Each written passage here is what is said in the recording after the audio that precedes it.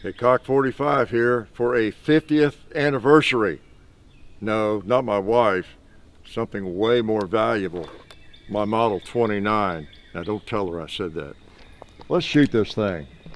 50 years with this baby. And I probably still can't shoot it. All right. Buffalo, first shot. How about a gong? I'd have felt really bad if I'd have missed all those shots, like I probably missed this one. Let's hit the ram. I wanted to show you I could miss. All right, sweet. So that was 4 shots, right? We've got a couple more to start out right with some pot smoking. Click. Yes, this is my Model 29. You knew it was coming. Many of you that have been around a while know that I've had this since 1974, and my Kentucky math tells me, my Kentucky arithmetic tells me it was 50 years ago that I bought this new. Yeah, at a gun show in Nashville, the fairgrounds, from Carter Hardware. They were set up there, and it was the old 3 or 5 day waiting period, so I had to go over to the hardware store and pick it up, a few days later. But that's where it was. And 44 Magnum, most of you are familiar with these, but not everybody. Not everybody's a genius and knows everything about every firearm, right? This is 44 Magnum or 44 Special. It's the Model 29 when they started making those in about 1955. And this is the 8 3/8 inch length barrel. They were really difficult to find in 1974 because of some guy named Clint Eastwood, right? So we're gonna shoot this one and talk a little bit about it and a little history. And this gun has had to have a little bit of work done on it. The trigger pin broke. I don't remember what year it was. It's been about 15 years probably. And Jeff Wally over at Guns and Leather replaced that for me. I didn't worry about getting it re-blued or anything, but works fine. I had an ejector rod issue, and I forgot exactly what that was. We got that repaired at one point, and that's about it. That is about it. This is all original grips, and all the parts, key parts, other than maybe that trigger pin. So it's been a great gun. As you know, if you follow the channel, I'm up around 80,000 rounds with this thing, because it's not one of those deals where everybody exaggerates everything these days. I tracked primers for a lot of years because this was the gun I shot the most. I didn't have that many firearms, and so for decades, essentially, many years, I shot this as much as anything I have. And I shot it a lot, and I hand loaded and just tracked primers. I would save the primer casings and everything. But yeah, I don't know, since 60 or 70,000 rounds, I've kind of estimated, and it's around 80,000 rounds, and it's still cranking. So for those of you who think a gun barrel wears out after 1,000 or 10,000 rounds, not necessarily. Many of the rounds were cast bullets, lead, not jacketed rounds. Typically are going to put a little more wear on the rifling. But this thing, it still shoots. I can't tell any difference from when I first bought it. So I've got a variety of ammo. I'm just going to shoot and talk and tell you a little about the history of this baby. I guess this is kind of an ego video in a way. It's just so neat to have a firearm that I bought that long ago. Because we all let firearms get away, don't we? We tend to let them get away from us, trade them off. We need the money. We find another firearm we like a little better, or maybe in the long run we don't even like it that much better, but at the time we just had a serious desire, a Jones for that gun, and we traded something off we regretted. That happens to all of us, it seems. But somehow through the years and decades I hadn't done this, okay? And I got this, you saw this maybe in the 40-year anniversary. This is the paperwork came with it, and this is the big idiot shooting it out at Owl Hollow Gun Club in 1975, written on the back in pencil. I was still using crayons and pencil at the time. And that holster is the same holster I'm wearing today. And I don't know if these guys need names. Michael Keys, Bill Cood, and Norman Bates, there that we used to shoot together out there, silhouettes. We were just shooting at metal animals like this from the back of Charlie Hafner's house. His house is right there. and that's where I did a lot of the early shooting with it, and muzzle loading and everything else. So let me load some ammo while I'm yakking here. And got some of the people that send ammo, we help us out here. Fiocchi and Steino and Underwood. I'll shoot some of theirs and my hand loads. I might shoot a couple more hand loads before I get into the jacketed stuff. But yeah, that's where Franklin, Tennessee is where I lived when I bought it. 74. I was living in an apartment. That was, I guess, into the second year out of college, and lived there in Laurelwood Apartments in Franklin, Tennessee. It was apartments then. It's condominiums now. And I went out there and walked around one day, not all that long ago. I was in P5. We lived in P5. If you happen to live there in Laurelwood condominiums now in P5, you're at the birthplace. This fire had it displayed in the living room there for a year more before we built the house in '75. But yeah, Franklin, Tennessee. And it's just always been a good shooter. The long barrel helps, always, right, cowboy? But it's just been a fun gun. As you know, with 44 Magnum, you can load specials, shoot specials in it. Let's hit that 2-liter right there. Yeah. Or you can shoot Magnums. It's up to you. You can hit bowling pins, whatever you like. Yeah, there's another pot down there to smoke. See if I can hit him. Oh, shook him off. Let's hit the pin. Click. Yeah, I shot a lot of cast bullets, some Magnums. I would buy factory rounds occasionally. I never did really load many jacketed rounds, but I got into loading 44, of course, and loaded a lot of ammo. Single stage press. There's a little cubby. If those of you that live in that apartment are watching, or that condo, upstairs in the bedroom of the townhouse, there was a little cubby to the left of the bed as you face the front of the apartment. And it was just a little cubby, not a lot bigger than this table. And I had a loading table in there, and I would load ammo on my RCBS Junior press, and just to get the ammo at the round, you put the next one in, and it was just slow going, no progressive reloader at the time that I had. And loaded up a lot of ammo, and I'd go out to Owl Hollow or the dump there in Franklin, and I'd shoot those rounds. So I'll shoot a little Fiocchi here. This is 240 grain ammo, 1310. Warmish little load maybe, and enjoyed that. And built a house there in Franklin, not too far from there, and set up my reloading operation again upstairs. And yeah, so this gun's been with me a long time, and through all the other firearms I've owned and traded off, back and forth, how that goes. During the same period of time in those early years, I had my first Python, traded it off, and my Model 19 Smith & Wesson, traded it off for something else, but I always hung on to this one. And speaking of holsters, we appreciate Alabama Holster for their support of the channel. They don't make a lot of holsters for this big baby, mostly concealment, Kydex holsters, lots of them, and I've used most of them, and I love them. Appreciate their help. So, got some factory ammo here. Let's put up one of these on the gong. Might have a little different point of aim.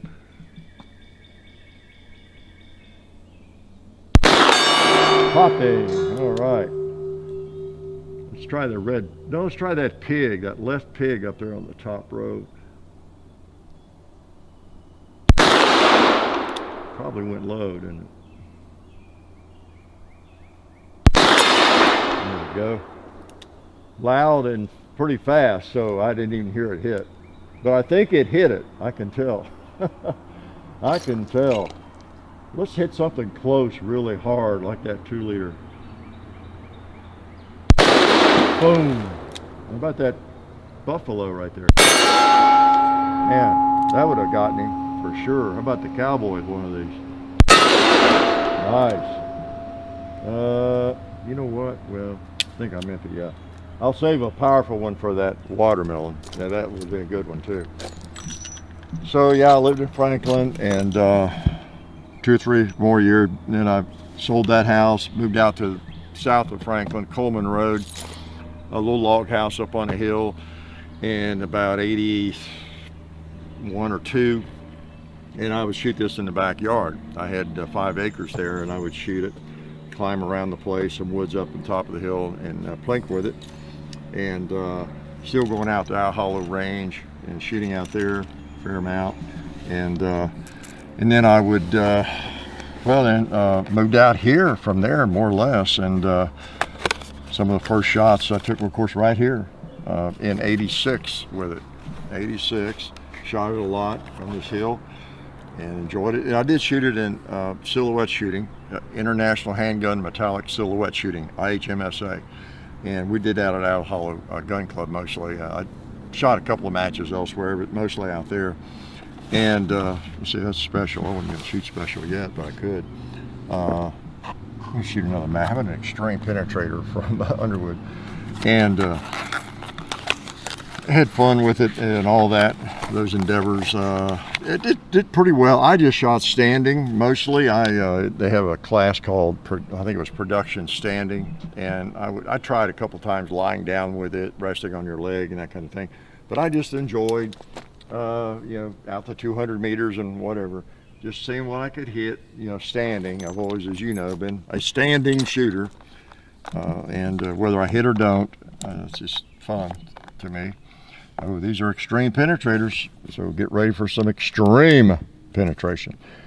And all the while I was casting some of my own bullets. I'd collect wheel weights, and I cast a lot of those, and just shooting all along.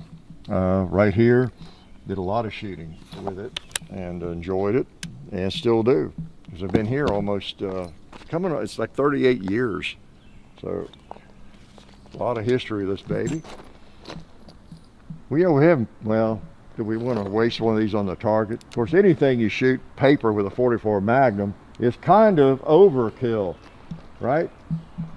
Let's do some pin shooting with this thing. Let's penetrate those pins.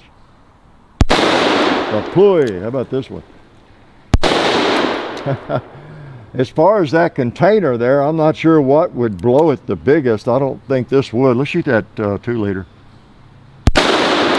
I don't know that a penetrator is going to blow it bigger than another round. I might shoot at one of those Fiocchis. All right, penetrated that. Let's see if we can penetrate the gong with one of these. Bong. Is that it? Oh, had another one, didn't I? Yeah, extreme penetrators, Underwood. Nice. Yeah, I got to shoot that. I got to shoot some of these things that are going to blow up a little bit. Okay, really celebrate.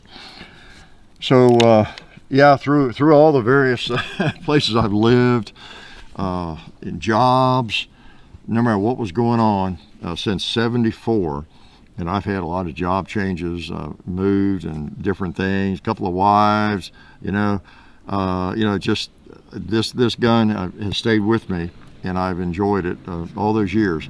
And unlike, I guess, some guns you might have, you probably have some guns you've had for a long time, but they've kind of fallen out of favor with you, perhaps, and you just don't really get them out, or they're just in the safe, and you just haven't gotten around to trading them or selling them yet, maybe.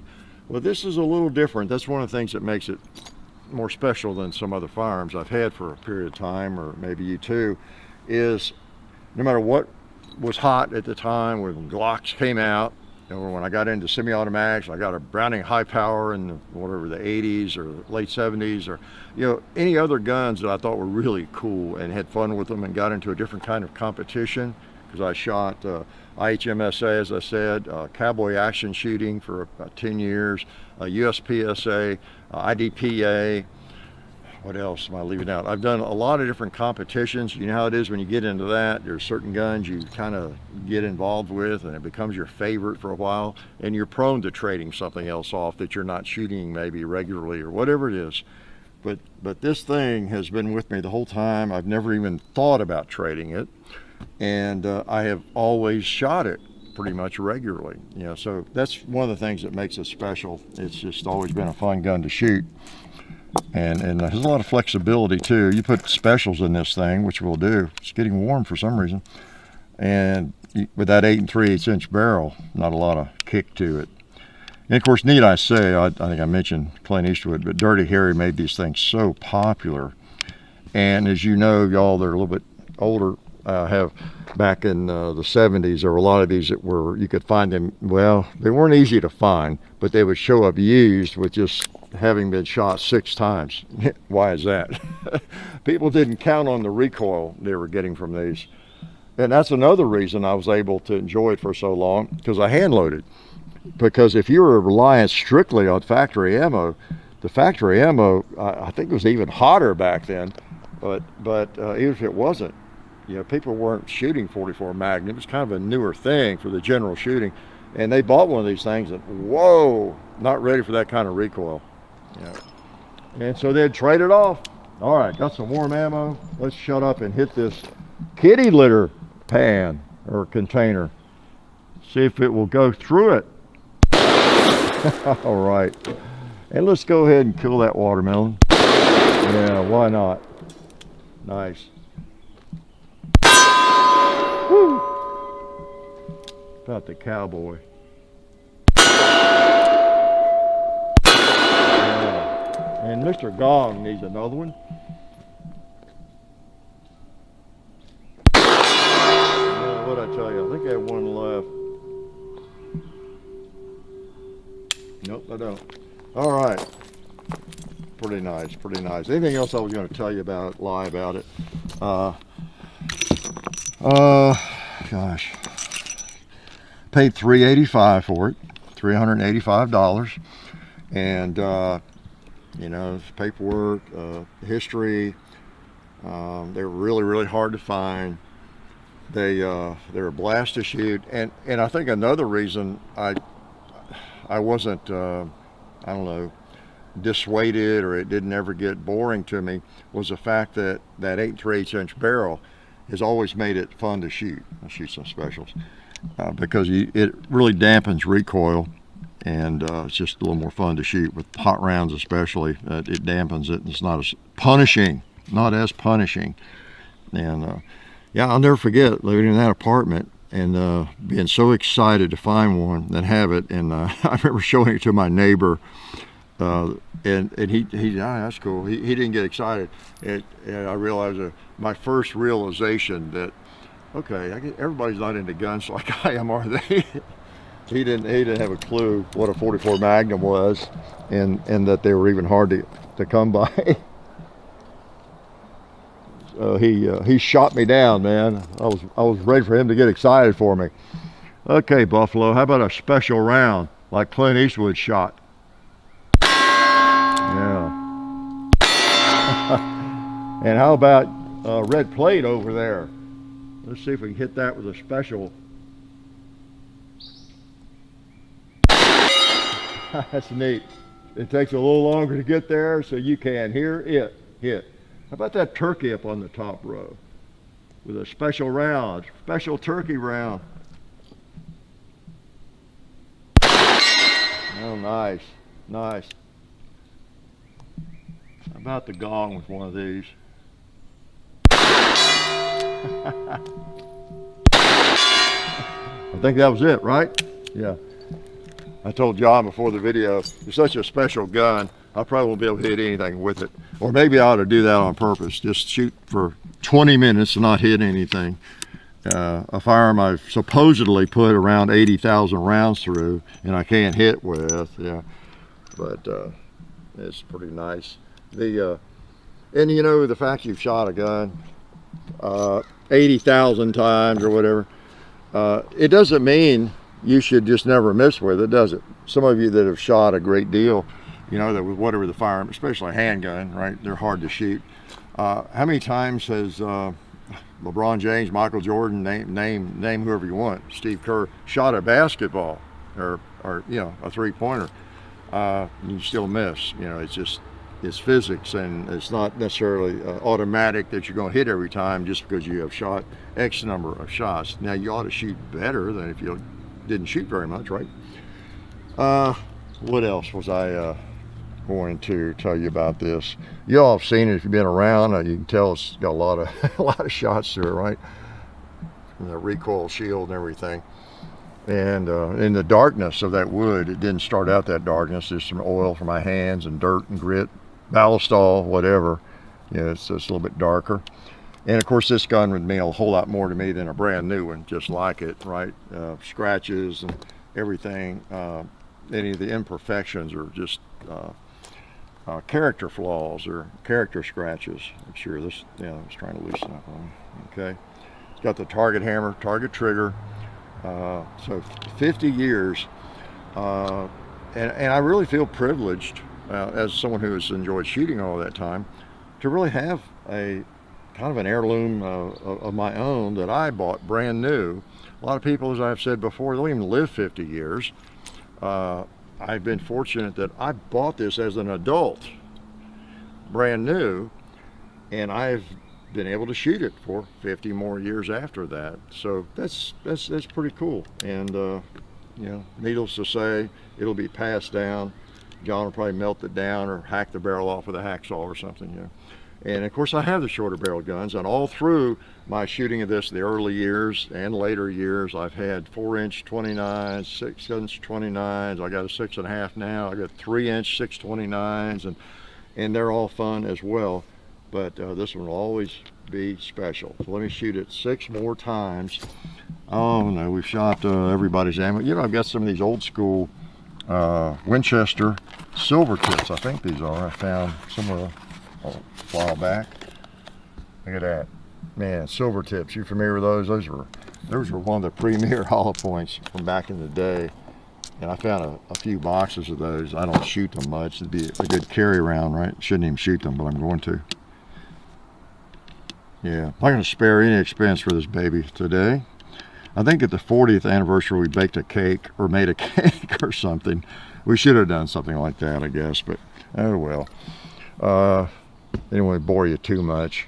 Just, but I think most of you that are really into firearms, now if you're just tuning in because you're bored today and you ran across this video, you probably don't get it. But those of you who are into shooting, you really enjoy shooting, and you understand, you appreciate the mechanics of firearms, the machinery of them, and you have a deep appreciation for that. You have some guns that you really enjoy, and you'd be very disappointed if you lost them somehow, that kind of thing. You can understand thinking to the future, one of your favorite firearms, 50 years later, you're still shooting it. You know, that's pretty cool to think about, isn't it? All right, so specials. Let's just shoot I don't know, whatever I decide to shoot. Yeah. Some things I ain't shot yet. Like that red plate right there. Oops. I got one more, right? Let's try to put him on the gong.